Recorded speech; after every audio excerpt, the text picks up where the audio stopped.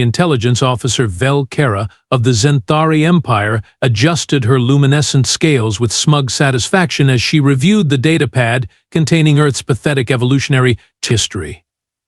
The crystalline spires of the Galactic Council chamber hummed with anticipation around her, waiting for her official assessment of humanity's threat level.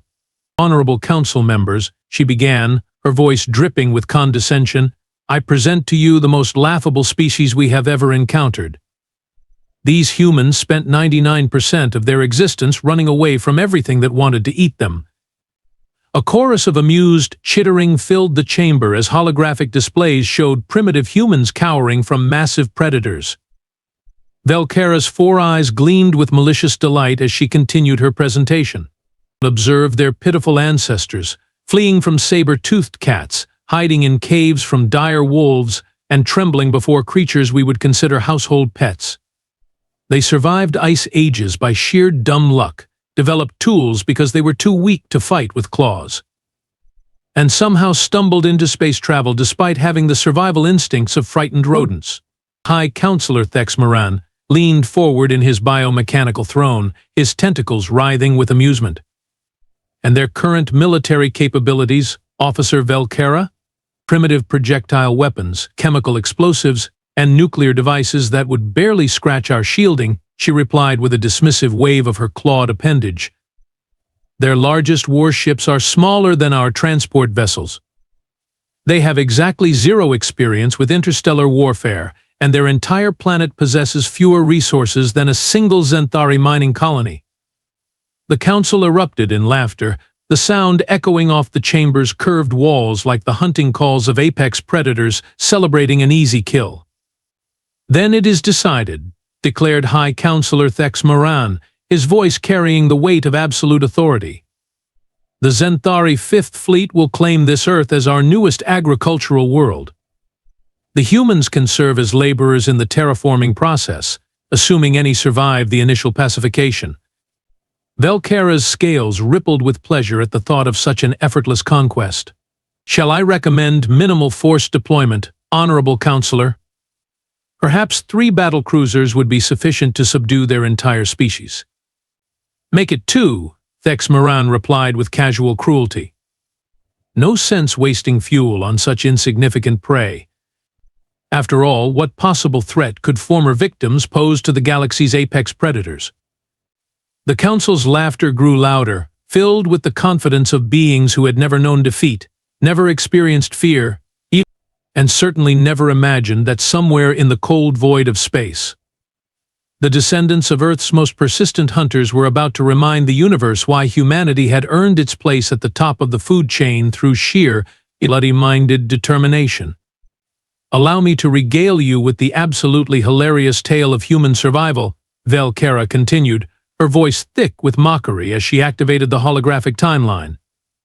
Because honestly, the fact that these creatures still exist defies every law of natural selection we know.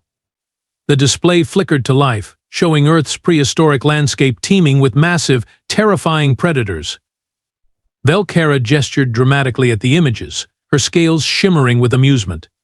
Picture this absurdity, esteemed colleagues. 65 million years ago, their planet was ruled by creatures called dinosaurs. Massive, armored killing machines with teeth the size of human torsos. Did our brave little mammals fight back? Oh no. They scurried underground like the rodents they resembled, eating scraps and hoping nothing noticed them. More laughter rippled through the chamber as the hologram showed tiny, furry creatures hiding beneath ferns while enormous predators stomped overhead. But wait, it gets better. Velkera's 4 eyes glittered with malicious glee. Fast forward to the Pleistocene epoch. Humans, now walking upright on their pathetically vulnerable legs. They faced saber-toothed cats with fangs longer than their forearms, cave bears that could crush their skulls with a casual swipe, dire wolves that hunted in packs, specifically designed to tear apart bipedal prey. The holographic display shifted to show early humans cowering around fires, their primitive weapons laughably inadequate against the massive predators surrounding them. These soft bipeds should have been extinct millions of times over, Velkera declared, her voice rising with incredulous laughter. No natural armor, no claws worth mentioning, no venom, no speed advantage. They couldn't outfight anything, couldn't outrun most things, and their only defense was hitting rocks together and hoping for the best. High Counselor Thex Moran wiped tears of mirth from his compound eyes. How did such pathetic creatures possibly survive, Officer Velkera? Oh, this is the truly ridiculous part, she replied, practically vibrating with amusement. They developed what they call persistence hunting. Can you believe it? Instead of being proper predators, they would simply follow their prey around for days, just walking, slowly, until the animals collapsed from exhaustion. The chamber erupted in fresh waves of laughter as the hologram showed humans steadily tracking massive mammoths across frozen landscapes. They were too weak to kill efficiently, so they annoyed their prey to death. Velkara continued. And when that didn't work, they started throwing pointed sticks from a distance like cowards. They called it tool-making, but we know better. It was the desperation of creatures too feeble to fight fairly. She gestured dismissively at images of early human settlements. Ice ages came and went, wiping out proper predators left and right, but somehow these ridiculous bipeds kept surviving, hiding in caves, making fires, wearing animal skins because they couldn't even grow proper fur. They stumbled through mass extinctions that eliminated far superior species, probably by accident. And the most pathetic part, Velkera concluded with a theatrical flourish, is that they're actually proud of this legacy of cowardice. They call it human ingenuity and adaptability, when any civilized species can see it for what it really was, the galaxy's most elaborate case of accidental survival. The council members were practically doubled over with laughter, completely convinced that humanity represented nothing more than an evolutionary fluke that had somehow managed to stumble into space travel. 3 standard cycles later, Velkera found herself aboard the flagship of the Zenthari Fifth Fleet, watching through the observation deck as Earth grew larger in the view screen. Her confidence remained unshaken, even as the 2 massive battle cruisers dropped out of hyperspace with theatrical precision designed to intimidate primitive species into immediate surrender. Broadcasting surrender demand on all frequencies, announced Fleet Commander Zekthos, his voice carrying the bored tone of someone performing a routine task. Standard protocol, unconditional capitulation within 1 solar rotation, or face total orbital bombardment. Velkera examined her claws with casual indifference. Commander, I estimate human compliance within 6 time units. Their governments will likely compete to see who can grovel fastest. The response came faster than expected, crackling through the communications array with surprising clarity. A human female's voice, steady and unimpressed, filled the bridge. Zenthari vessels. This is Captain Maya Torres of the United Earth Defense Force. Your surrender demand has been received and formally rejected. You have exactly 10 minutes to turn your ships around and leave our system, or we will be forced to demonstrate why that's in your best interest. The bridge fell silent for a moment before erupting in amused chittering. Zekthos wiped tears from his primary eyes, his massive frame shaking with laughter. Did she just threaten us? He gasped between chuckles. With what? Harsh language and primitive chemical rockets? Velkera activated her analysis console, scanning the pitiful human fleet attempting to form defensive positions around their homeworld. Commander, I detect roughly 200 vessels of various sizes. Most appear to be converted civilian craft with hastily mounted weapons. Their largest warship masses approximately 1/10 of our smallest escort. Patch me through to this Captain Torres, Zekthos commanded, still grinning with predatory amusement. I want to hear more of this comedy. The human's face appeared on the main display, and Velkera had to admit the creature showed remarkable composure for prey facing inevitable destruction. Torres appeared to be middle-aged by human standards, with graying hair and scars that suggested actual combat experience, though against what threats Velkera couldn't imagine. Captain Torres, Zekthos began with mock diplomacy, surely you understand the futility of resistance. Our technology is centuries beyond yours. Our shields can withstand your most powerful weapons. Surrender now, and your species will be treated humanely during the occupation process. Torres tilted her head slightly, and something in her expression made Velkera's scales ripple with unexpected unease. Commander, with all due respect. Torres replied, her voice carrying an edge that seemed almost amused, you clearly haven't done your homework about human history. We've been fighting losing battles against superior forces since we first picked up sharp sticks. The thing is, we're really good at making it expensive for the other guy. Before Zekthos could respond, proximity alarms shrieked across the bridge. The tactical display lit up with hundreds of small contacts emerging from Earth's moon, asteroid belt, and what appeared to be empty space itself. What in the void are those? Zekthos snarled, his earlier amusement rapidly fading. Analyzing now, Velkera replied, her confidence beginning to crack as the readings made no sense. I'm detecting massive electromagnetic signatures, but the objects appear to be rocks? Debris? This is impossible. They shouldn't have any energy output at all. The first salvo struck the lead battlecruiser's shields with devastating precision.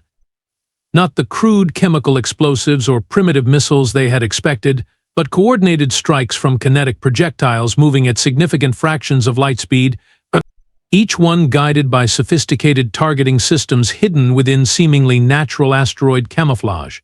Shields down to 60%. The tactical officer reported, panic creeping into his voice. How are they generating that much kinetic energy?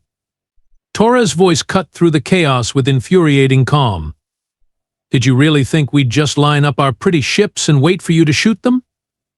We've had decades to prepare for this day. Commander, every piece of space junk in this system has been weaponized. Every asteroid has been hollowed out and turned into a missile platform. We learned a long time ago that when you're the underdog, you don't fight fair. The second wave of attacks came from completely different vectors, as human vessels that had appeared to be fleeing suddenly reversed course and opened fire with weapons that definitely hadn't been in Velkera's intelligence reports. The projectiles seemed primitive, but they struck with coordinated precision that spoke of detailed planning and intimate knowledge of Zenthari shield frequencies. This is illogical. Zekthos roared, his composure finally cracking. Primitive species don't fight like this. They surrender when faced with superior technology. Clearly, Torres replied with what Velkera was beginning to recognize as distinctly human sarcasm. You've never met humans before. What followed over the next 72 hours could only be described as a masterclass in how prey animals had somehow learned to hunt their hunters. Velkera found herself clutching her analysis console with increasing desperation as every tactical assumption about human warfare proved catastrophically wrong. Sir, we're receiving distress calls from Landing Group Alpha, reported Communications Officer Thekvar, his usual composure cracking like old chitin. They've encountered complications. Commander Zekthos, who had begun this invasion with supreme confidence, now prowled the bridge with the agitated movements of a predator that had suddenly realized it might be the one being stalked. Define complications, officer. Well, sir. Thekvar hesitated, clearly struggling to make sense of the reports. Apparently the humans have turned their entire planet into some sort of elaborate death trap.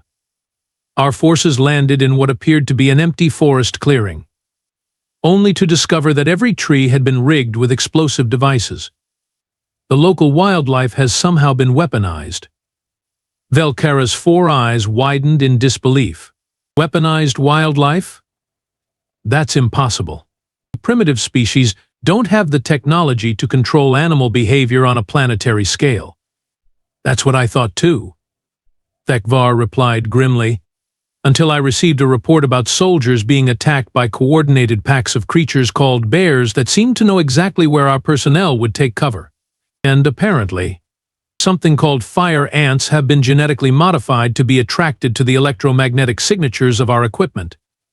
The tactical display showed Landing Group Alpha's positions flickering and disappearing one by one, not from direct military engagement, but from what appeared to be environmental hazards that struck with suspicious precision. This makes no tactical sense, Zekthos muttered, his claws scraping against the metal deck plating. They should be concentrating their forces for a decisive battle, not scattered across their entire planet engaging in these guerrilla tactics. Velkera pulled up her analysis of human military doctrine, her confidence evaporating like moisture in a solar wind. Commander, I'm beginning to suspect we may have fundamentally misunderstood human nature. These aren't soldiers we're fighting. These are survivors. Survivors?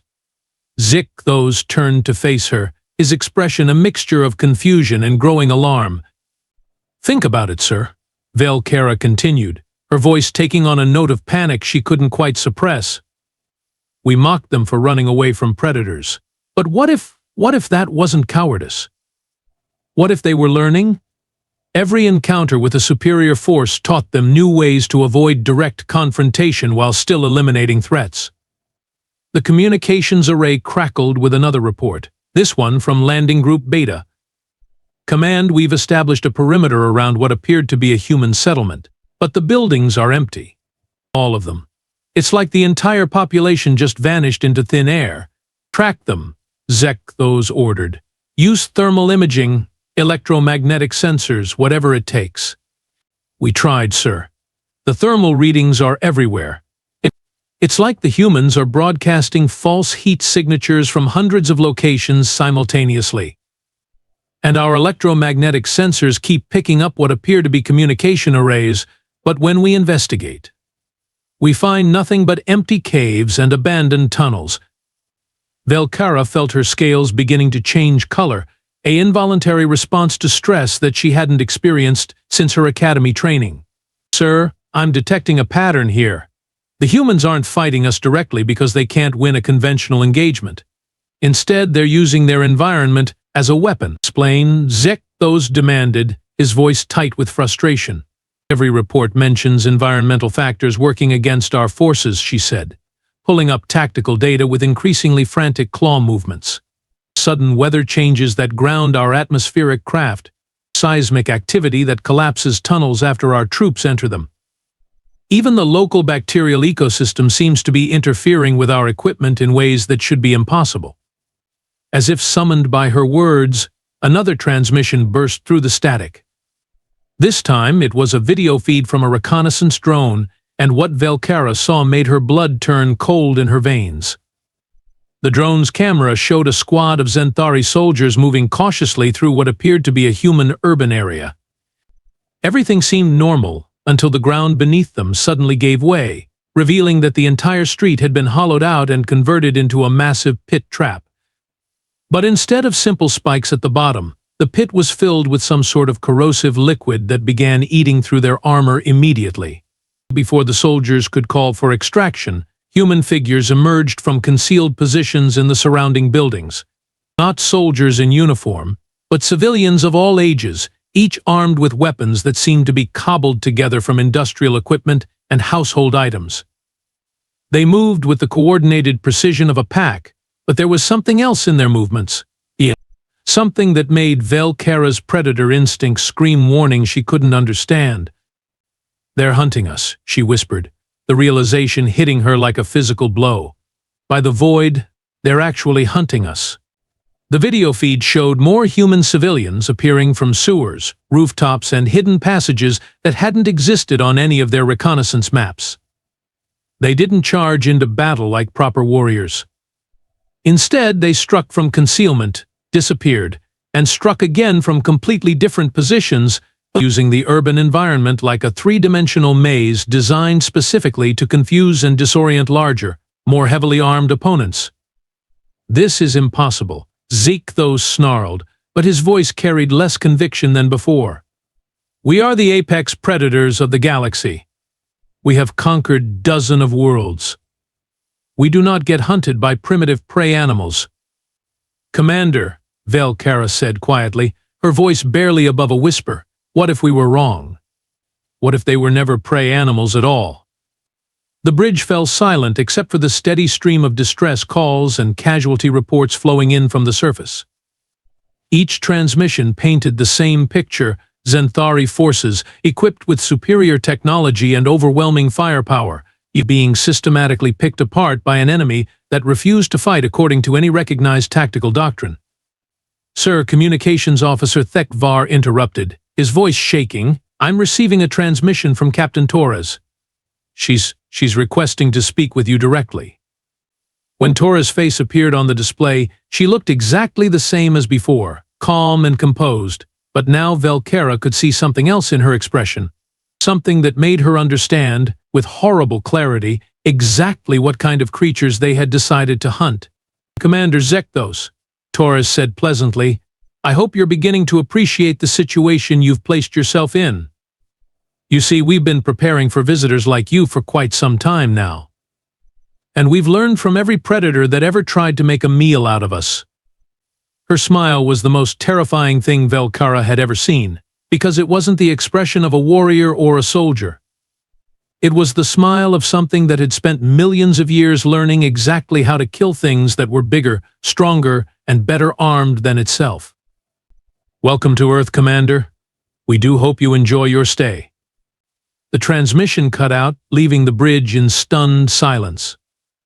Velkara stared at the blank screen, her analytical mind racing to process data that seemed to defy everything she thought she knew about planetary ecosystems and species development.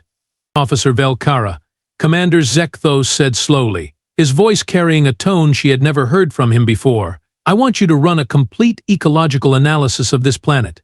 Something is very, very wrong here.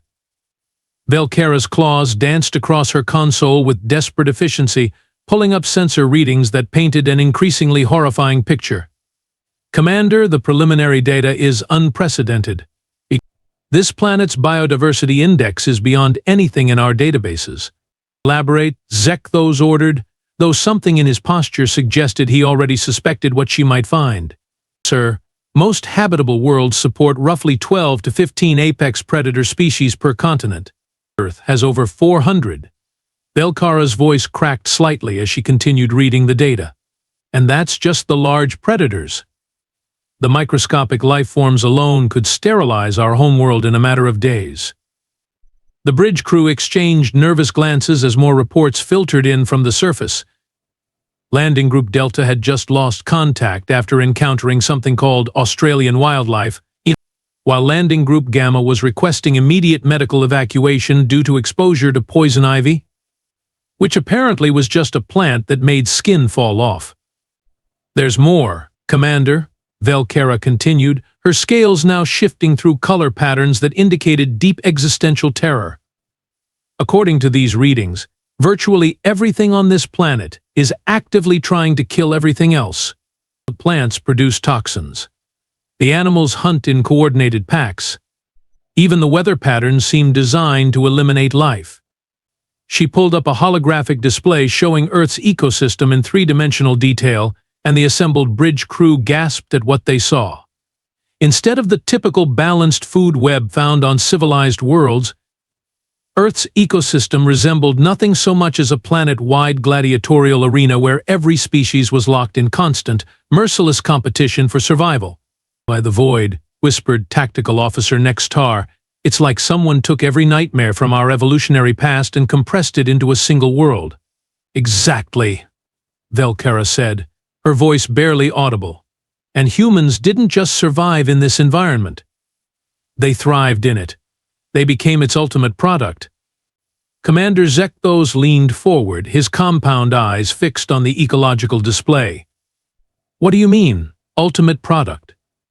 Velkara's analysis console chimed with new data, and what she saw there made her feel physically ill. Sir, I've been running comparisons between human physiology and the environmental pressures of their homeworld. The results are terrifying. She highlighted sections of the holographic human anatomy, her voice taking on the detached tone of someone delivering their own death sentence. Their cardiovascular system is designed to function under extreme stress for extended periods. Their brain chemistry produces combat drugs naturally when threatened. Their bone density is 3 times higher than any species we've encountered. And their muscle fiber composition suggests they're built for endurance hunting over vast distances. More data flowed across her screens, each revelation more disturbing than the last. But that's not the worst part, Commander. The worst part is their psychology. Velkara pulled up brain scan comparisons that made the bridge crew collectively shudder. Humans don't just fight for survival. They enjoy it. Their brains are structured to find satisfaction in overcoming seemingly impossible odds. Her communications officer Thekvar looked up from his console with an expression of growing horror. "Sir, I'm receiving casualty reports from all landing groups. They're not just losing soldiers. They're losing entire platoons to creatures that our weapons should be able to eliminate easily. Because we're not fighting individual creatures," Velkara realized with dawning terror. "We're fighting the end result of 4 billion years of planetary warfare. Every human alive today is descended from organisms that survived countless extinction events, ice ages, supervolcanic eruptions, asteroid impacts, and predators that would make our worst nightmares look like household pets." She gestured at the ecological display with shaking claws. "This isn't a planet, Commander. It's a forge. And humans are what you get when you spend geological ages hammering soft metal against the hardest anvil in the galaxy." The implications hit the bridge crew like a physical force. Commander Zekthos sank into his command chair, his earlier arrogance completely evaporated. "So when we threatened them," he said slowly, "we weren't threatening a civilized species that would calculate odds and surrender when faced with superior force."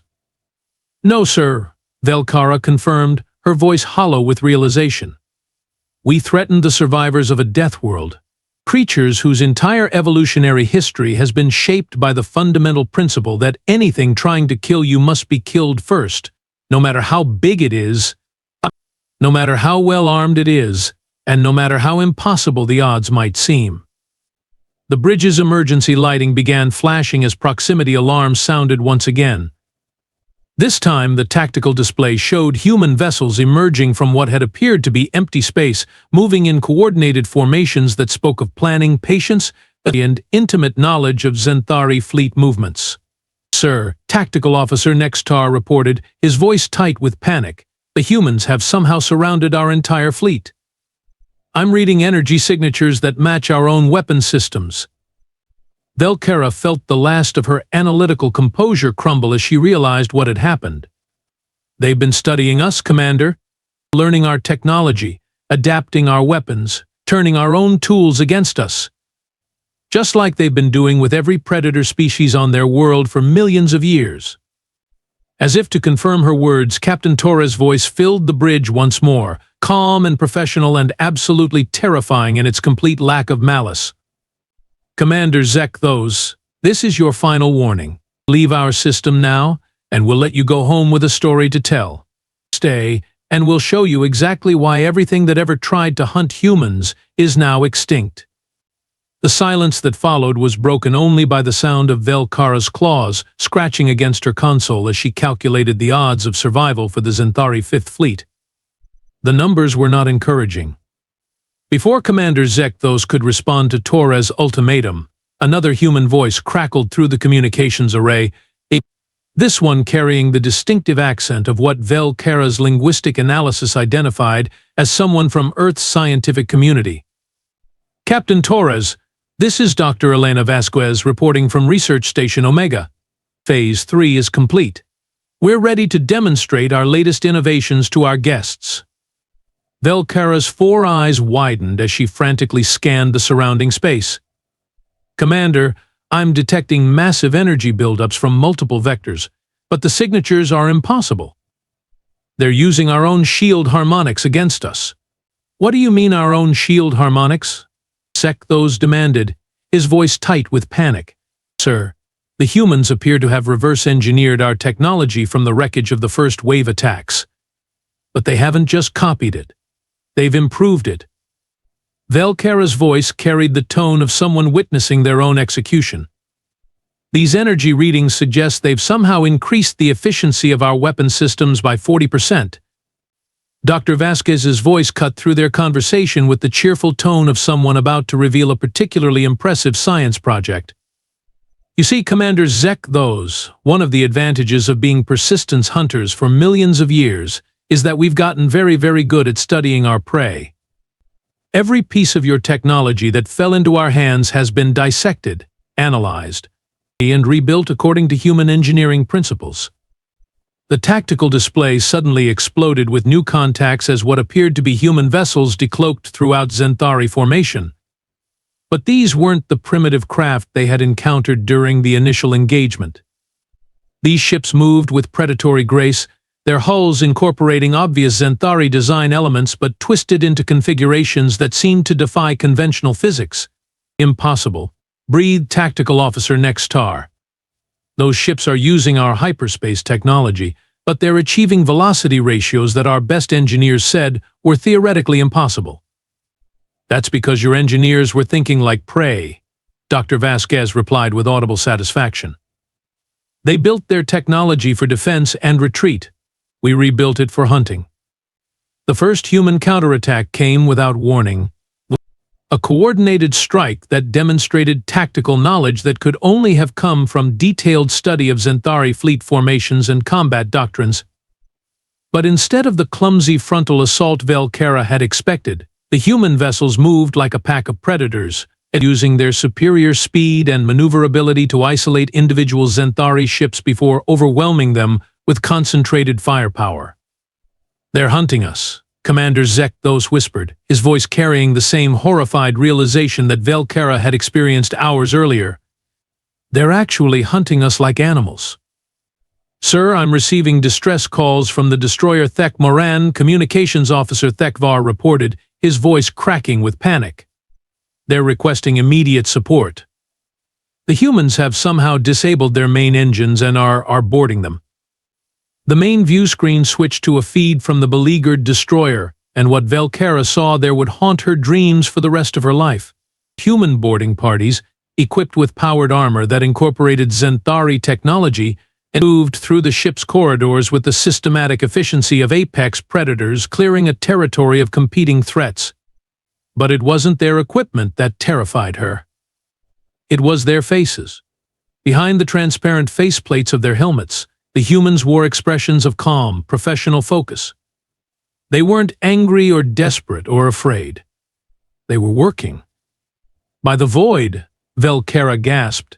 "They're not just defending their territory. They're expanding it." Dr. Vasquez's voice confirmed her worst fears. "Captain Torres, all primary objectives have been secured. We now have complete technical specifications for their hyperspace drives, shield generators, and weapon systems. Recommend proceeding to Phase 4. Acknowledged, Dr. Vasquez. Begin Phase 4 implementation." The space around the Zenthari fleet suddenly filled with new contacts, but these weren't ships. They were structures, massive installations that seemed to unfold from pocket dimensions like technological flowers blooming in the void. "What are those?" Zekthos demanded, but his voice already carried the tone of someone who suspected the answer would be unpleasant. "Hyperspace interdiction fields, Commander," Velcara replied, her scales now completely drained of color. "They've trapped us here. We can't retreat even if we wanted to." Captain Torres' voice returned, and now Velcara could hear something new in it. Not cruelty or anger, but the quiet satisfaction of a predator that had successfully cornered its prey. "Commander Zekthos, I want you to understand something very important. For the past 72 hours, you haven't been fighting a defensive action against a primitive species. You've been participating in a field test of humanity's first interstellar hunting expedition. The implications hit the Zenthari bridge crew like a physical blow. They hadn't been conducting an invasion. They had been lured into a trap by predators who had been planning this moment since first contact. You see." Torres continued, her voice carrying the patient tone of someone explaining obvious facts to a confused child. "We've spent the last few decades wondering what we'd find when we finally reached the stars. We hoped for friends, prepared for enemies. But what we discovered was something much more interesting. We found prey." The human fleet began moving in formation around the trapped Zenthari vessels, their movements displaying the coordinated precision of pack hunters who had done this many times before. "Every species in your Galactic Council spent millions of years becoming civilized, learning to cooperate, developing technology for peaceful purposes, Torres explained. But we spent those same millions of years learning how to kill things that were bigger, stronger, and better armed than us. And now we're going to teach the galaxy exactly what that means. Commander Zekthos slumped in his command chair, the weight of total defeat pressing down on him like gravity itself. Around him, his bridge crew stared at their instruments with the hollow expressions of beings who had suddenly realized they were no longer apex predators. "So what happens now?" he asked quietly. Torres' response carried the finality of an ecosystem reorganizing itself around a new dominant species. "Now, Commander, you get to go home and deliver a message. Tell your Galactic Council that the age of human expansion has begun. Tell them that Earth's children are coming to the stars, and we're bringing 4 billion years of evolutionary advantages with us." The interdiction field flickered and died, creating a corridor back towards Zenthari space. "You have 24 hours to clear our system, Commander. After that, we start hunting for real." 6 months later, Intelligence Officer Velkara stood once again before the Galactic Council, but the crystalline chamber that had once echoed with confident laughter now vibrated with barely suppressed terror. Her scales had lost their lustrous sheen, permanently dulled by the psychological trauma of surviving humanity's first interstellar hunting demonstration. "Honorable Council members," she began, her voice carrying none of its former smugness, "I present to you the revised threat assessment for the species known as humans." The holographic displays around the chamber showed a galaxy that had been fundamentally altered in less than half a standard cycle. Red markers indicated systems that had gone silent after reporting strange ship movements. Yellow zones marked territories where Galactic Council authority had simply ceased to exist. And expanding outward from the Sol system like a malignant growth, green indicators showed confirmed human presence. "The creatures we dismissed as frightened prey animals have established themselves as the dominant predator species across 17 sectors," Velkara continued, her tone flat and professional despite the horror of what she was reporting. "They don't conquer worlds, Council members. They hunt them." My Counselor Thexmaran, his tentacles now permanently pale with stress, leaned forward in his biomechanical throne. "Explain their methodology, Officer Velkara." "They study their targets for cycles, learning every aspect of their technology, biology, and psychology. Then they strike with overwhelming force, using the target species' own weapons against them, but improved beyond recognition. The survivors are given a choice: join the human expansion or face extinction." She gestured to the tactical display with a trembling claw. "Most choose to join. The humans call it symbiosis, but we know better. They're building a pack, Council members.